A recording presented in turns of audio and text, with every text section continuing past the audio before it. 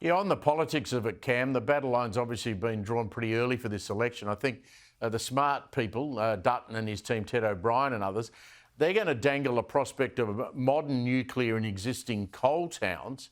Now, as James and I were just saying, how'd you be in one of those coal towns tonight? You go to the pub on the way home and you say, did you hear that bloke yesterday who used to run the union movement saying that we might get jobs in the solar farm, but we're not going to get paid as much? I mean, how politically is Labor going to sell that?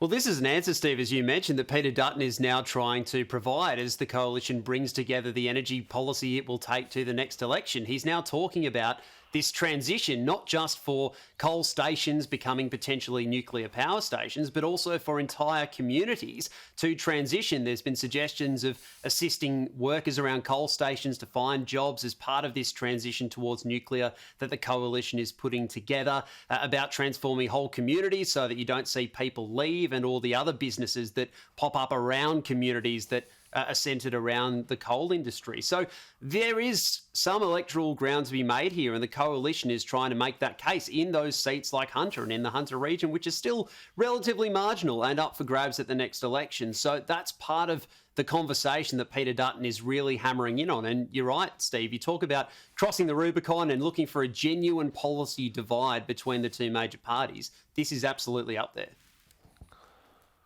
James Morrow, you and I like to talk in practical terms about things, and we try and talk common sense. When you think about it, I mean, building and maintaining a nuclear reactor is clearly going to employ a lot more people than maintaining wind turbines and solar panels.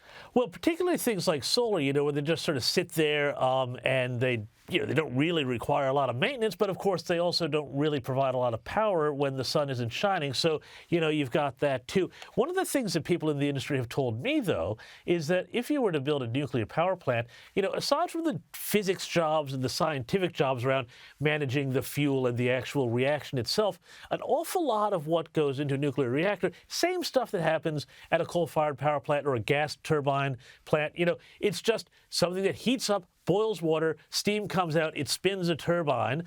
The same skills are required for that.